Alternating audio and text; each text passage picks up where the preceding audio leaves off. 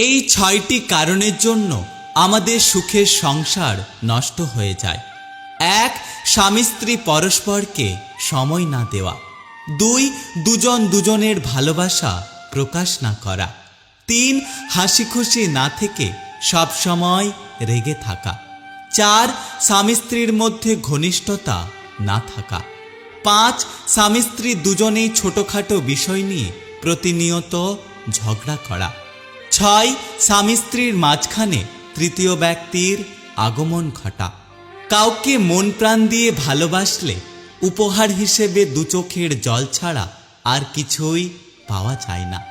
যখন কেউ কারোর জন্য কাঁদে সেটা হলো আবেগ, যখন কেউ কাউকে কাঁদায় সেটা হলো প্রতারণা, আর যখন কেউ কাউকে কাঁদিয়ে নিজেও কেঁদে ফেলে সেটাই হলো প্রকৃত ভালোবাসা। বোকা মানুষগুলো হয়তো অন্যকে বিরক্ত করে, কিন্তু কখনোই কাউকে ঠকায় না।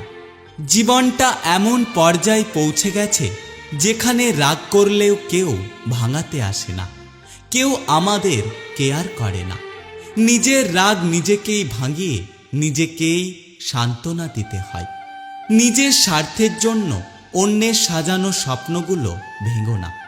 স্বার্থ মিটে গেলে তুমি হয়তো চলে যাবে, কিন্তু সে তার স্বপ্নগুলো আর কখনোই সাজাতে পারবে না। পৃথিবীতে ভালোবাসার অধিকার সবার আছে, কিন্তু পাওয়ার ভাগ্যটা সবার থাকে না। ঠোঁটের কোণে হাসিটা সবাই দেখতে পেলেও চোখের কোণে জলটা দেখার ক্ষমতা সবার থাকে না। অল্পতে কেঁদে ফেলা মানুষের মন খুব সরল হয়, আর এই সরল মনের মানুষগুলোর জীবনে বেশি কষ্ট থাকে। যদি কেউ তোমাকে অবহেলা করে তবে দোষ তার নয়, বরং দোষটা তোমার নিজের, কারণ তুমি তার থেকে অনেক বেশি কিছু আশা করেছিলে। টাকা থাকলে মানুষকে কেনা যায়, আর টাকা না থাকলে মানুষকে চেনা যায়।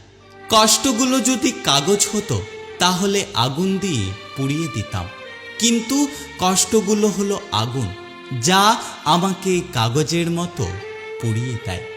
কেউ বলে দুনিয়াটা ভালোবাসায় চলে, কেউ বলে বন্ধুত্বে চলে, কেউ বলে বিশ্বাসে চলে, কিন্তু যখন যাচাই করলাম তখন আমি বুঝতে পারলাম আসলে দুনিয়াটা এখন স্বার্থে চলে।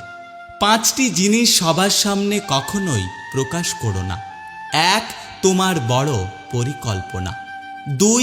তোমার ব্যক্তিগত জীবন। 3. তোমার মাসিক আয় কত। 4. তোমার পরবর্তী পদক্ষেপ। 5. তোমার পরিবারের সমস্যা।